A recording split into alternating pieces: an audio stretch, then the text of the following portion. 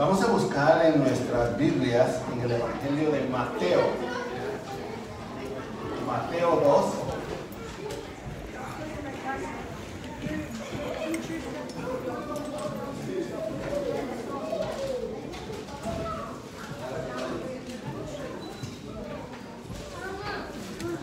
Vamos a poner de pie. Mateo 2:1.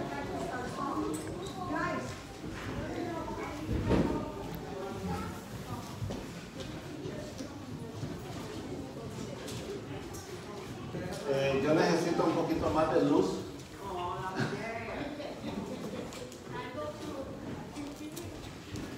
Mateo 2:1. Hoy vamos a leer diferente. Ustedes van a escuchar. Yo voy a leer el texto. Y fíjense a ver si suena mejor cuando el pastor lee el texto o cuando lo leemos juntos. Amén. Amén. Muy bien. Cuando Jesús nació en Belén de Judea en días del rey Herodes, vinieron del oriente a Jerusalén unos magos diciendo: ¿dónde está el rey de los judíos que ha nacido?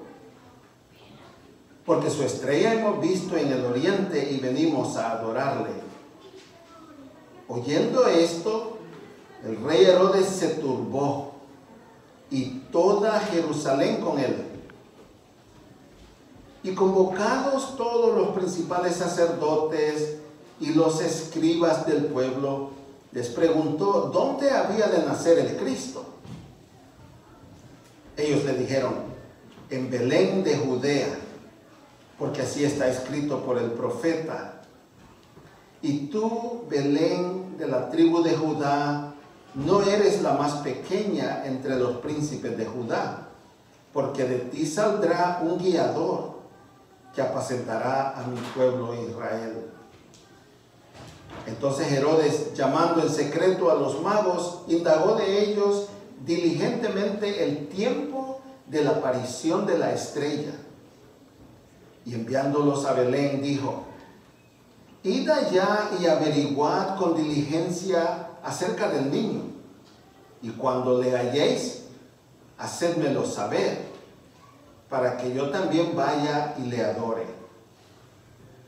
Ellos, habiendo oído al rey, se fueron, y he aquí la estrella que habían visto en el oriente iba delante de ellos, hasta que llegando se detuvo sobre donde estaba el niño. Y al ver la estrella, se regocijaron con muy grande gozo. Y al entrar en la casa, vieron al niño con su madre María, y postrándose lo adoraron. Y abriendo sus tesoros, le ofrecieron presentes: oro, incienso y mirra. Pero siendo avisados por revelación en sueños que no volviesen a Herodes, regresaron a su tierra por otro camino. Padre, gracias una vez más, porque nos das el privilegio de oír palabra de Dios. Y Señor, en tiempos como estos tiempos en que vivimos nosotros, hay tan pocos que están escuchando. Pedimos entonces que tu palabra nos hable a nosotros hoy. Queremos escucharla, Señor. En el nombre de Jesús. Amén. Amén. Pueden sentarse, mis amados. Otra vez llegamos a este tiempo de la Navidad, cuando todo el mundo está corriendo para allá y corriendo para acá. Y ahora ya no hay que correr tanto, ¿verdad? En la casa se puede correr con los dedos. En sus computadoras está la capacidad de recorrer tantos lugares sin moverse. Y están buscando regalos. Y eso está bien. No tengo nada en contra. Lo que sí digo es que no se olviden del regalo por excelencia. Ese es el que Dios nos da. Y lo más fascinante es que este regalo, que es el más grande de todos, no nos cuesta nada. No nos cuesta nada. Déjenme darles el título del sermón. ¿Se acordaron del de la semana pasada? No, no importa, está bien. El de hoy se llama Buscando al Nacido Rey. Buscando al Nacido Rey. Una vez más. Buscando al nacido. Amén, ya lo tienen. Ya lo tienen. ¿Cómo es posible que el nacimiento de un niño cause tanta conmoción? Cuando el niño Neftalí nació, no se supo. No se supo. Así que este nacimiento al que voy a referirme no es común. No es común. Ya va a nacer en Inglaterra uno de esos niños de la realeza. Y ustedes ya van a oír. Eso va a andar por todo el mundo. ¿Verdad? Cuando ustedes nacieron no fue así. Nadie dijo nada. O poca gente dijo, ¿verdad?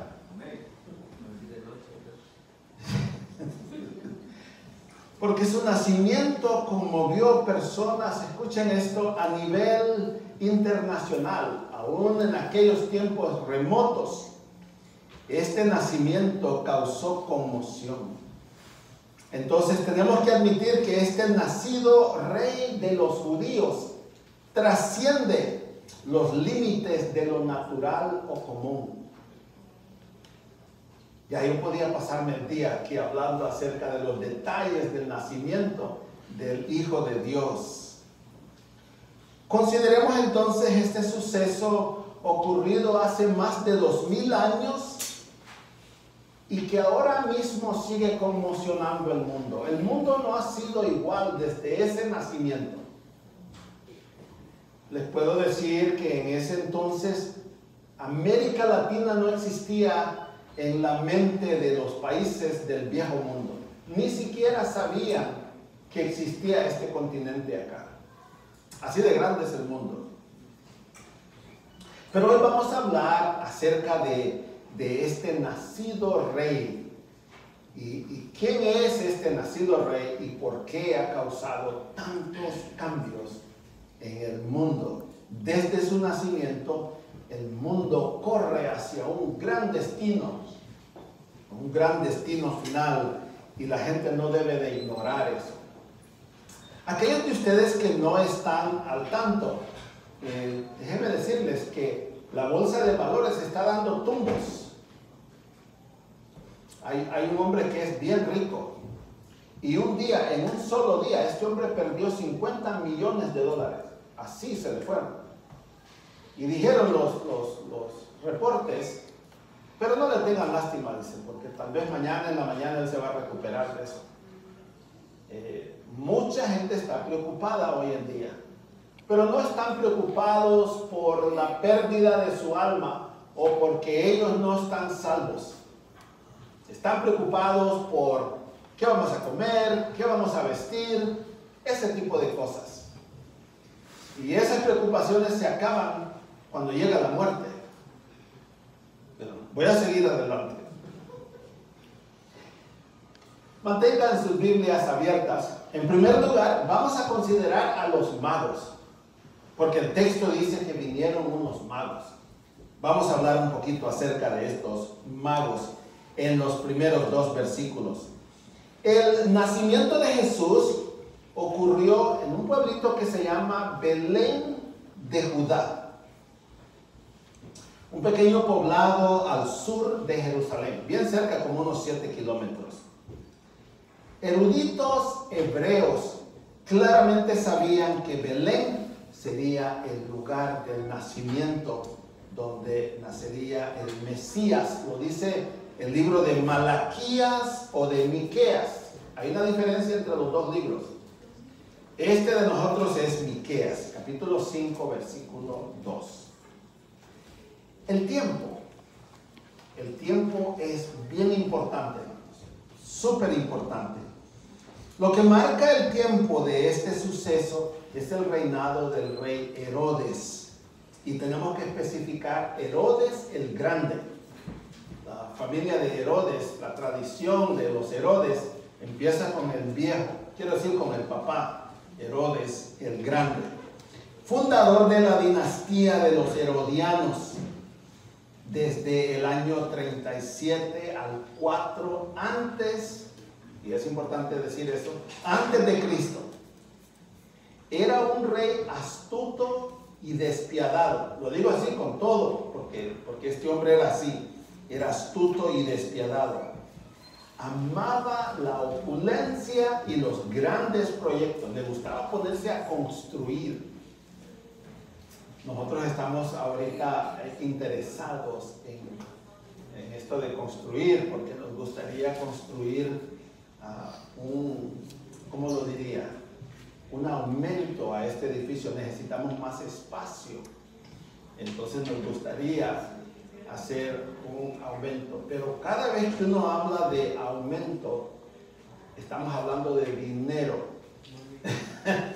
Y a menos que haya alguien aquí que quiera hacer una donación grande, tenemos que planear esto bien y tenemos que ir al paso de nuestros recursos. Ya después les contamos.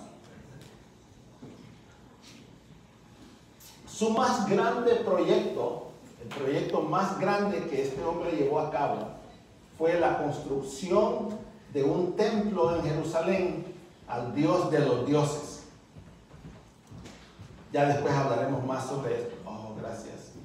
Ahora sí puedo predicar un mensaje completo.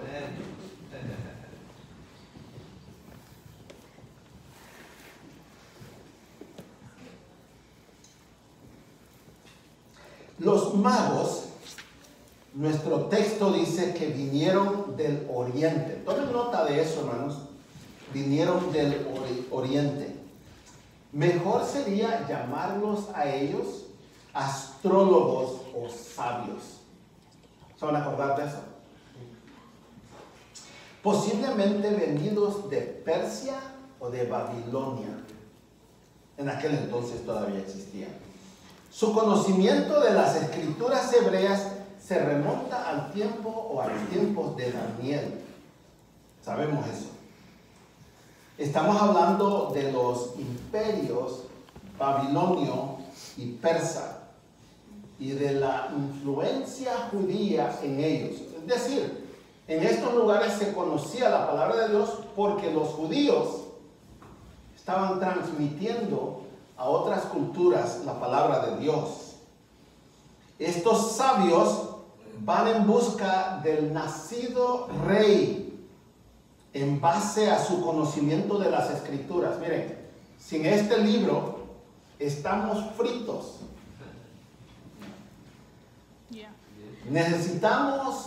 Necesitamos la palabra de Dios. Y miren, yo no sé por cuánto tiempo el Señor me va a tener aquí, pero ustedes son testigos de que yo he sido un hambriento de no solamente el conocimiento bíblico, pero vivir una vida cristiana en base a lo que este libro enseña. Porque ahí está la bendición. La bendición no está en meramente conocer las escrituras. Cualquiera puede hacer eso. Está en vivirla. Está en vivirla. Estos sabios tenían el conocimiento, pero no meramente tenían el conocimiento. Ellos obedecieron las enseñanzas de este libro y por eso emprendieron un viaje largo. ¿Se acuerdan que les he dicho? La palabra de Dios es como un buen purgante. Uno se lo toma y eso nos impulsa a la acción. No, ustedes no me están escuchando. Miren, cuando uno se toma un purgante y el purgante está bueno, produce diarrea. Y la diarrea te lleva al baño, aunque no quieras. Y dice, no me toquen ese baño. La palabra de Dios debe movernos a una vida que agrada a Dios. Pero si no es así, entonces nosotros estamos tomando sorbitos de la palabra de Dios y no es suficiente para movernos a la acción. Aparte de eso, ustedes tienen una cosa que se llama voluntad, y esa voluntad tiene que decirles a ustedes lo que tienen que hacer, porque ya la Biblia se los enseñó. Bueno, vamos a seguir. Estos sabios van en busca, dije, del nacido rey en base a su conocimiento o gnosis de las escrituras y la estrella que apareció. Oh, esa estrella. Hay tantos que se han metido en eso y no solamente los de la iglesia, pero los de afuera. Quisieran saber cómo sería esa estrella. Para que estos hombres que no tenían la clase de equipo que se tiene hoy en día para estudiar los astros, ¿cómo ellos pudieron identificar esa estrella? ¿Cómo la identificaron? Hay algo en todo esto que quiero traer a su atención. Les falló la interpretación, digo yo. Y otra vez voy a decir, digo yo. Porque ellos fueron a la ciudad de Jerusalén. Y Jerusalén no era el lugar donde iba a nacer el rey de los judíos. Sería en Belén. ¿Por qué entonces fueron a Jerusalén? Porque en Jerusalén estaba la crema innata, estaba la mafia, la gente que tenía que saber. Y yo pienso que Dios hizo algo ahí para que estos sabios fueran a Jerusalén y no directamente a Belén. Pienso que fue un acto de Dios. Jerusalén tenía que nacer, o tenía que saber que había nacido el rey de los judíos. No un rey, había nacido el rey. Amén. Hay una diferencia. Había nacido el rey. Consideremos lo que en los versículos 3 al 6 se llama la turbación que ocurrió como resultado de este anuncio. Lo que conmocionó a esta ciudad de Jerusalén. ¿Por qué un anuncio va a causar tanto revuelo? Según los estudiosos, la palabra diciendo que está en el versículo 2 es un participio presente que indica acción continua. Acción continua. Los sabios del oriente preguntaron de continuo en Jerusalén. Esta es la pregunta que ellos estaban haciendo. ¿Dónde está el rey de los judíos que ha nacido? O sea, hicieron esa pregunta una y otra vez y le preguntaron a diferentes personas, ¿dónde está el rey de los judíos que ha nacido? Porque su estrella hemos visto en el oriente y venimos a adorarle. Venimos a adorarle. Esta indagación fue lo que causó la conmoción en Jerusalén. Más adelante vamos a ver más detalles acerca de por qué causó tanta conmoción. Primero, la conmoción fue del rey Herodes. Voy a decir esto despacio para que ustedes se acuerden. El rey Herodes estaba usurpando, es la palabra que debe de usarse ahí, estaba usurpando el trono del reino de Israel, porque él no era israelita. Pero Israel en ese tiempo era parte del imperio romano. Y entonces Roma había puesto a este hombre como rey. Pero a los judíos no les gustaba, porque ellos decían, pero él no es israelita. No es israelita. Por lo cual los judíos, dice, lo aborrecían. Toda Jerusalén ahora se preguntaba si este nacido rey sería su Mesías prometido en las Escrituras. Era la gran pregunta en esos días. Los principales sacerdotes, ellos eran la jerarquía del templo. Eran mayormente saduceos. Ustedes que son estudiantes ya saben quiénes eran los saduceos. Los escribas eran primariamente fariseos, expertos en las leyes judías. Eran abogados que explicaban cómo aplicaba la ley. Ellos sabían dónde iba a nacer el Mesías.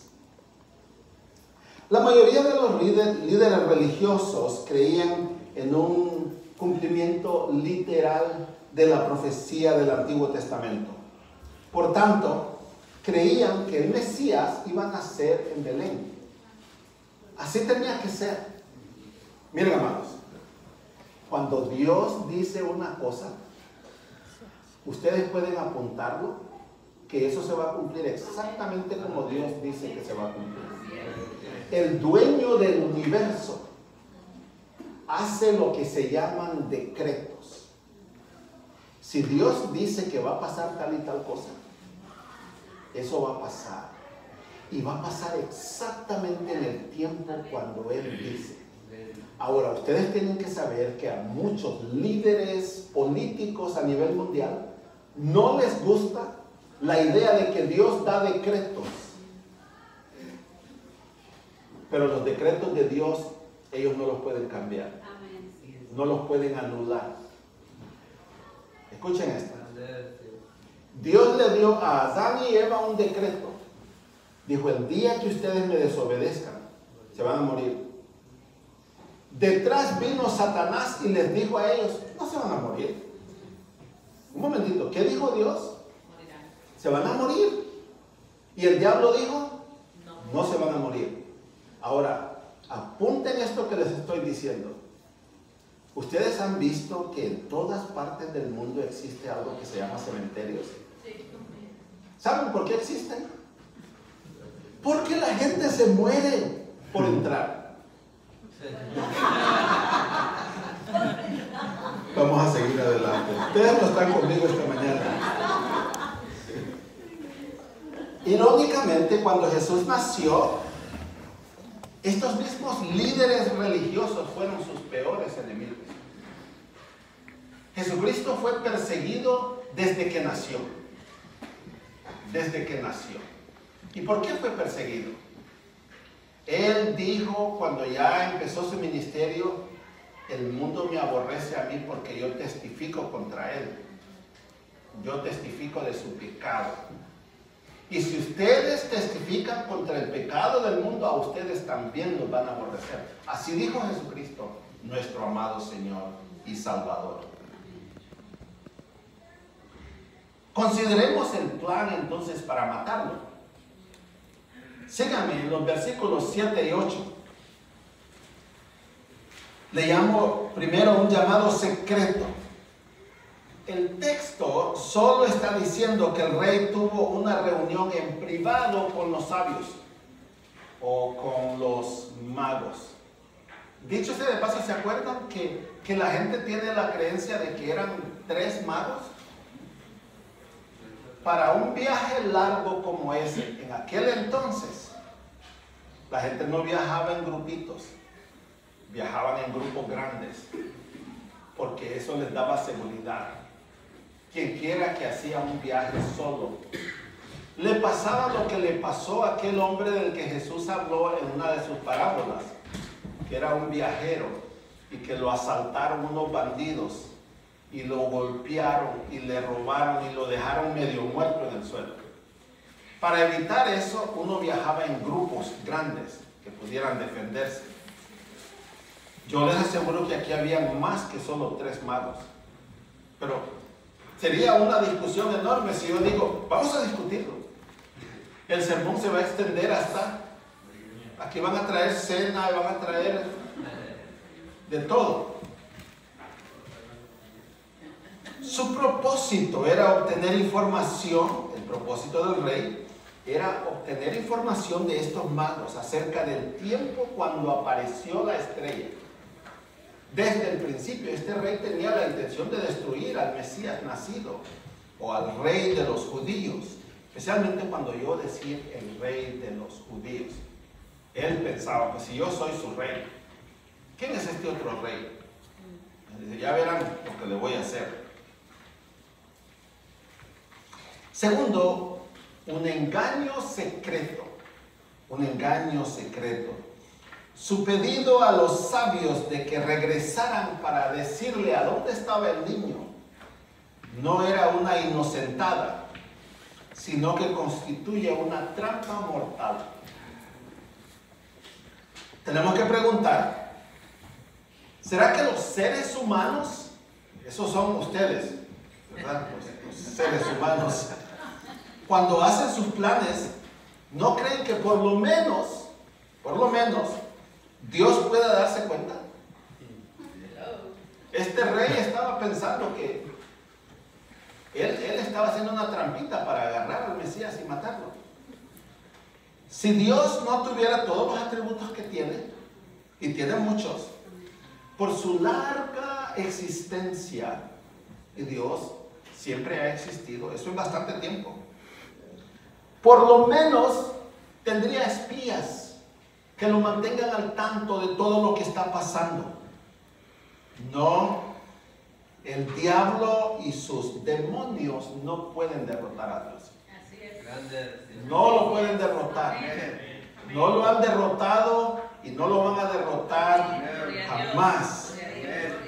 Los seres humanos, son los terrícolas, son ustedes y yo. No podemos derrotar a Dios tampoco. Dios sabía qué había en el corazón de Herodes. Herodes no sabía que Dios sabía, pero Dios sí sabía lo que había en el corazón de Herodes. ¿Quería él adorar al nacido rey? La respuesta es no. La respuesta es no. Pero ¿qué posibilidad había de que el rey Herodes tuviera éxito en matar al nacido rey de los judíos? Yo escribí en mis notas aquí 0 posibilidades. 0 posibilidades. La razón es simple. Dios hace todo a la perfección. Dios hace todo a la perfección. Él, y escuchen esto, conoce el fin desde el principio. Ya cuando Dios va a hacer una construcción, Él de antemano sabe cuál va a ser el resultado. Ojalá que yo pudiera hacer algo así. Yo siempre hago cosas y después las deshago. No, eso no me trabaja. A Dios no le pasa eso. Eso debe ayudarnos a nosotros a creer y a confiar en Él plenamente. Estamos en ese proceso, hermanos, de aprender a confiar en el Señor. Porque nosotros enfrentamos problemas todos los días. Pero Dios se ríe de esos problemas. Imagínense cómo Él creó todo esto. Y cuando Él creó todo esto, todos los países, todos los mundos, Él sabía de todos los problemas y los resolvió en la eternidad. Cuando Él echó a andar el mundo, se sentó a descansar. Ya, cuando ustedes corren a Él diciéndole, papá, tengo este problema, y Él dice, ya, estoy al tanto. Ya ese problema está arreglado. Pero yo no miro la solución, papá Dios. Ya está arreglado. ¿Qué tenemos que hacer nosotros? Tenemos que creer. Tenemos que creer. Tenemos que creer. Y cuando nosotros hagamos eso, van a dejar de salirnos canas. Bueno, para mí está tu ley. Porque vamos a confiar. En vez de preocuparnos y estar estresados, nosotros vamos a confiar. Así debemos vivir la vida, confiados. Papá Dios ya arregló todos los problemas. Ya. Pero el hecho de que nosotros estamos preocupados significa que no le creemos. Tenemos que arrepentirnos de ese pecado. Dios trazó sus planes antes de crear el mundo. Estamos hablando de la providencia divina. De hecho, estoy trabajando en un sermón que trata sobre la providencia divina. Y eso ya viene. La hermana Shirley se lo va a perder. Very sorry. Lo grabamos, hermana. Todos vivimos con la incertidumbre de si las palabras que se nos dicen son sinceras. ¿Qué hay detrás de las palabras que nos dicen los demás? O si detrás de ellas se esconde un plan contra nosotros. No podemos saber eso. Eso solo Dios. Así es. Solo Dios. Yo digo, si Jesús es tu escudo protector, acuéstate a dormir tranquilo, tranquila. Dios ya arregló eso. Desde la eternidad. Número 4 están los sabios y la estrella, en los versículos 9 al 12. El gozo de los sabios. El gozo de los magos es motivado por la reaparición de la estrella. Cuando ellos venían de oriente, al llegar a cerca de Jerusalén, la estrella se les perdió. No sé, tal vez una noche nublada, 2 o 3 días nublados, y ya no la miraban. Y entonces ellos se metieron en Jerusalén. Dijeron, pues no, tiene que ser aquí. Tiene que ser aquí.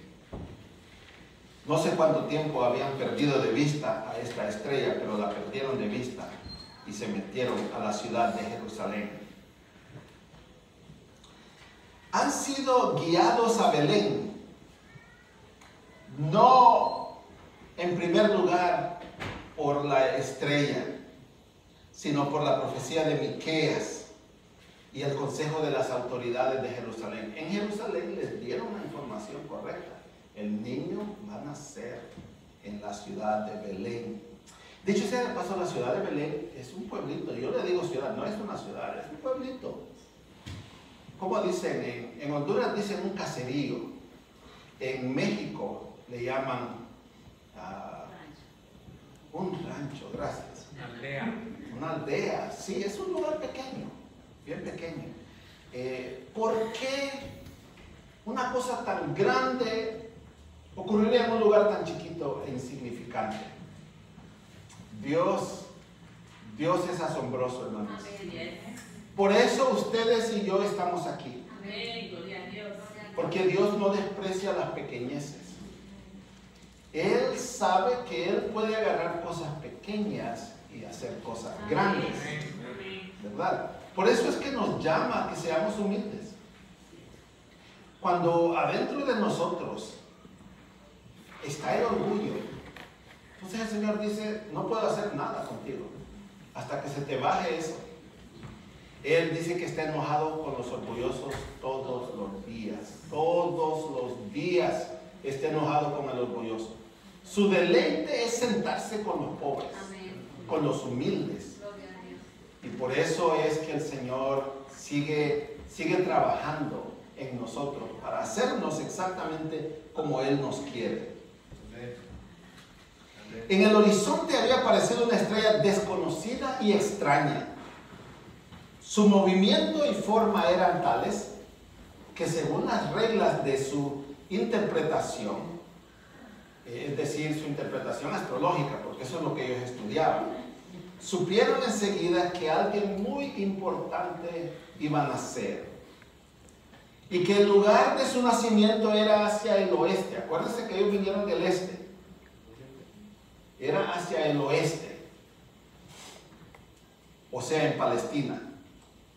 Por eso habían emprendido el largo viaje a Jerusalén. El versículo 1 y su alusión a Herodes el Grande es la única evidencia para fechar el nacimiento de Cristo. O sea, los historiadores ya saben que ocurrió durante el reinado de este Herodes. Al hablar de Belén, Belén es la ciudad de David. ¿Se acuerdan ustedes de eso, hermanos? Es la ciudad de David.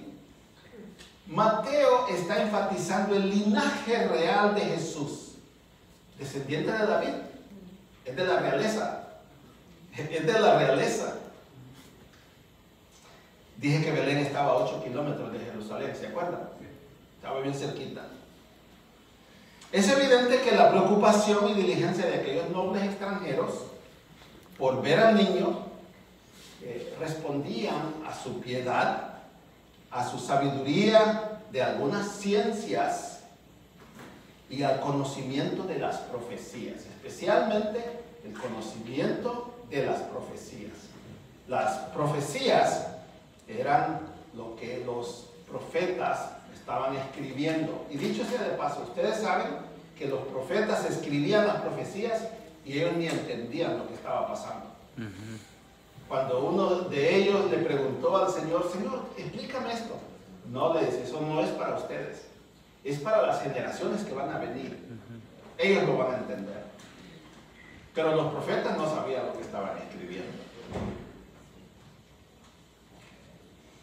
Conocimiento que probablemente adquirieron de las escrituras, de los eventos proféticos y la conversación con sabios de Israel. Es posiblemente el lugar de donde consiguieron toda su información. No eran brujos vulgares, es importante que distingamos, no eran brujos vulgares como abundaban en esa época. Mago era el calificativo dado entre los medos y persas a una clase de sacerdotes, sabios, filósofos, etcétera, que se dedicaban al estudio de las ciencias morales y físicas y cultivaban especialmente la astrología y la medicina. Se estima que quienes visitaron al niño eran estudiosos de astrología. Y astrología quería decir los astros, ¿verdad? No lo queremos confundir con astronomía. Detalles de los sabios. Nuestro texto siempre mantiene al nacido rey en perspectiva. O sea, todo esto que yo les he dicho a ustedes tiene que ver con el nacido rey de los judíos. Todo lo demás es secundario. Jesucristo es el eje del universo. Amén. Él es más importante que todo el planeta Tierra, que toda la gente en el planeta Tierra, ¿no? Es más importante que todo el cosmos. Él es más importante. De hecho, en el principio, antes de crear todas las cosas, solo existía Dios. Solo existía Dios. Y muchos se han preguntado que ¿por qué Dios tuvo que crearnos si Él sabía que iba a haber todo este pecado y que iba a haber toda la maldad, y iba a haber toda la violencia y el odio? ¿Que por qué Dios tuvo que crear el mundo? Y yo no sé qué contestarían ustedes a eso, pero yo diría, hablen ustedes por ustedes mismos. Yo estoy bien contento de estar aquí.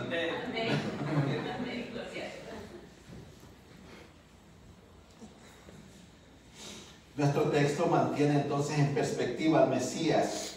Se trata de Jesús, el nacido rey. Los magos preguntaron en Jerusalén por el nacido rey y no por otro. Eso era el enfoque de ellos. El regocijo de los sabios está bien enfatizado en el texto. Yo estudié el pasaje bastante lento.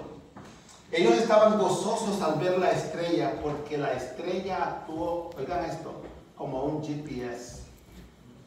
Pero más que GPS, es la mano de nuestro Dios que los guió. Porque cuando ellos perdieron el contacto con la estrella, Dios siempre los guió. Aparte de eso, pónganse a pensar que antes que hubiera un GPS, Dios estaba guiando a los suyos. Le dijo a Abraham, vete de tu tierra a una tierra que yo te voy a mostrar. Y no le dio un mapa. No le dijo, aquí está la dirección. Le dijo simplemente, vete de tu tierra. Y Abraham obedeció. Y si ese hubiera sido yo, estuviera dando gritos, Señor, yo soy buenísimo para perderme. Aquí alrededor donde vivo, no digamos en un viaje largo como ese. Yo te voy a guiar. Ya ustedes pueden ver. Nací en un pueblito remoto de Honduras, por allá lejos. Y miren a dónde estoy. Mi Dios es grande. Mi Dios es grande. Mi Dios es grande. Otro detalle es el hecho de que el texto siempre pone primero al niño y después a la madre. No me quiero meter en problemas. Estoy diciendo exactamente como el texto lo dice. Siempre que se menciona al niño y la madre, el niño viene primero. Los estoy diciendo porque allá afuera lo invierten. La madre viene primero. Los magos buscaban a Jesús nacido en Belén, al rey de los judíos. Siguieron su estrella. Venían a adorar al nacido rey. La estrella se detuvo donde estaba el niño.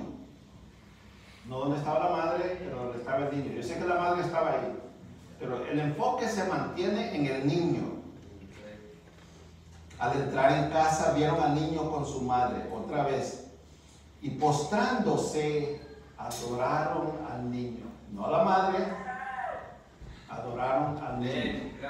Hermanos, su adoración debe estar enfocada siempre en Jesús. En el universo no hay nadie que debe tomar ese lugar. No hay nadie. Yo sé que hay un montón de gente que se para enfrente de un espejo y quedan viendo y dicen, wow, qué chulada. Pero ustedes no se dejen engañar. Esos son trucos satánicos que hacen que la gente mire más de lo que hay en ese espejo. El único digno de nuestra adoración se llama Jesús. Se llama Jesús. Este detalle es súper importante porque, como ustedes saben, existe el error religioso de convertir a la madre en la cuarta persona de la Trinidad. Y no hay tal cosa. No hay tal cosa. Dios es uno. Dios es uno. Y es a Él a quien debemos tributar toda nuestra adoración. Ya estoy cerca de terminar, no se me duerman. Los magos entendieron que venían en busca del nacido rey de los judíos, lo cual hicieron muy bien. Los seres humanos somos meros instrumentos de la benévola mano de nuestro Dios. Se pasa de bueno cuando nos llama y nos usa para alguno de sus propósitos. Debemos estar agradecidos por eso. María fue un instrumento de Dios. Nada más. Nada más. Yo podría decir lo mismo de David, de Daniel, de tantos en los tiempos pasados. Es un privilegio que Él nos llame por nombre y nos diga, ven acá, y nos mande para allá o para allá. Debemos estar más que contentos de servir a nuestro Dios. Es un privilegio. Por cada uno de ustedes que el Señor llama, yo no sé cuántos hay. Casi me atrevería a dar un número, pero sería un error de mi parte. Lo que sí les puedo decir es que somos la minoría. Somos un grupo pequeño. Y yo he tratado de poner un número a eso y no puedo. Pero miren, cuando Dios mandó el diluvio que mató a toda la gente que había en el planeta Tierra, solo 8 personas se salvaron. Y digo, wow, el número de los llamados es tan chiquito. Somos privilegiados. Somos privilegiados. Yo no sé de cada 1.000.000 de personas cuántos llama el Señor. Ni estoy tratando de investigar. Simplemente digo, Señor, gracias. Porque me llamaste a mí. Me llamaste a mí. Luego están los regalos del rey. Los sabios trajeron regalos apropiados para un rey. La próxima semana, cuando les hable acerca de mi sermón, voy a mencionar ahí el hecho de que el tiempo, cuando llegaron esos magos, vinieron a resolver un problema que había. María y José eran pobres. Eran gente campesina. Ellos eran pobres. Y Dios los iba a llamar a ellos a hacer un viaje. ¿Y cómo? Sin dinero. Oh, pero mi Dios es tan sabio. Aquí está, miren. Estos que vinieron le trajeron al rey oro, incienso y mirra.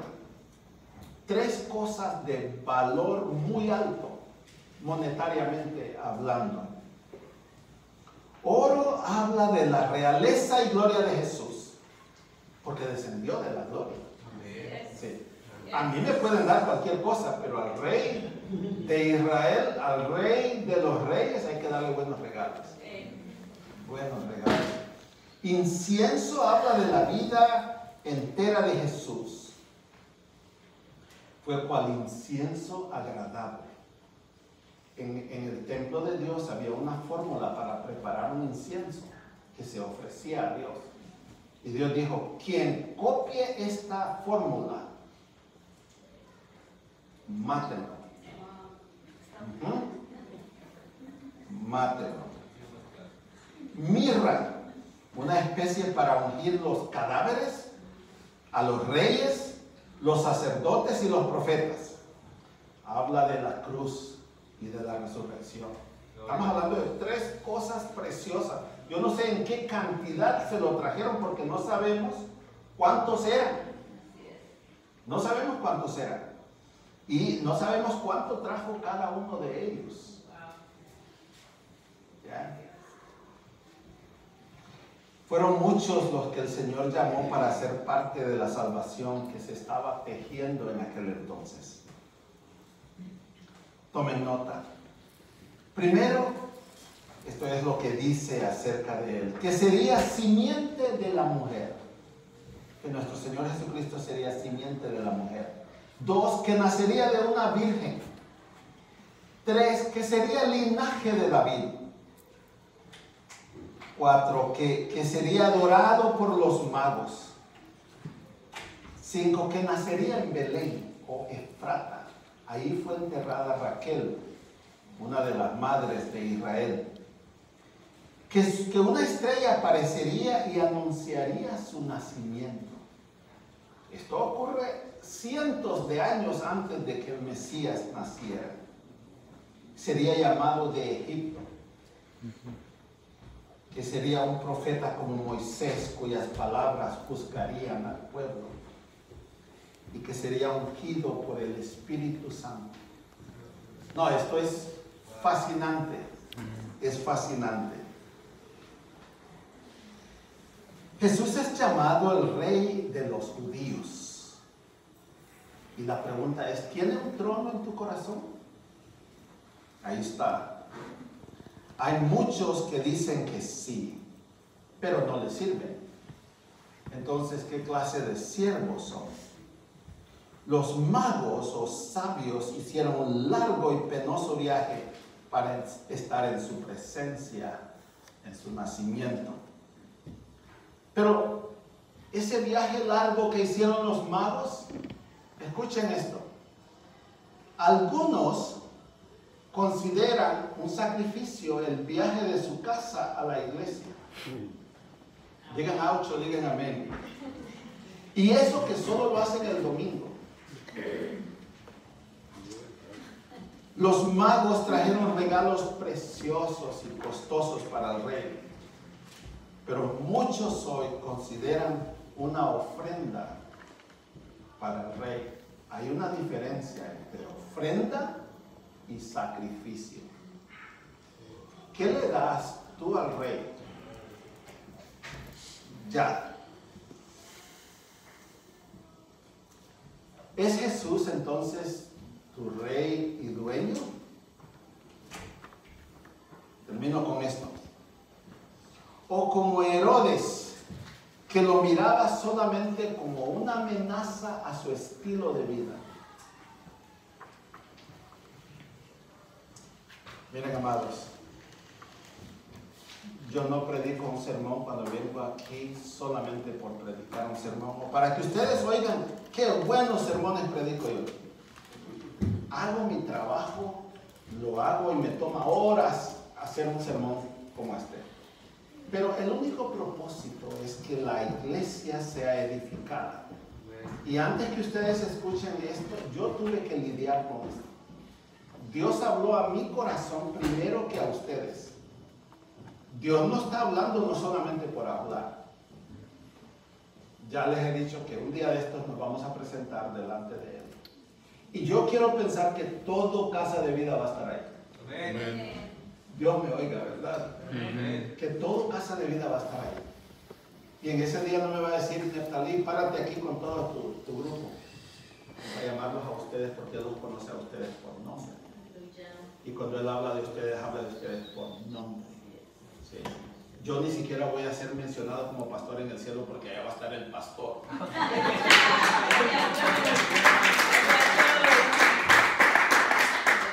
Vamos a orar. Padre, gracias por este día que nos das, por tu bendita palabra.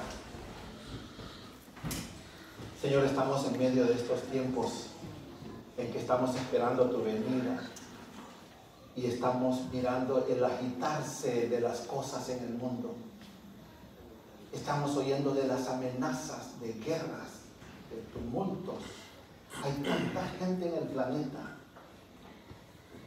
Señor, quiero rogarte que nos hagas instrumentos útiles a tu causa. Que seamos humildes, que seamos mansos y que seamos herramientas solamente en tu mano.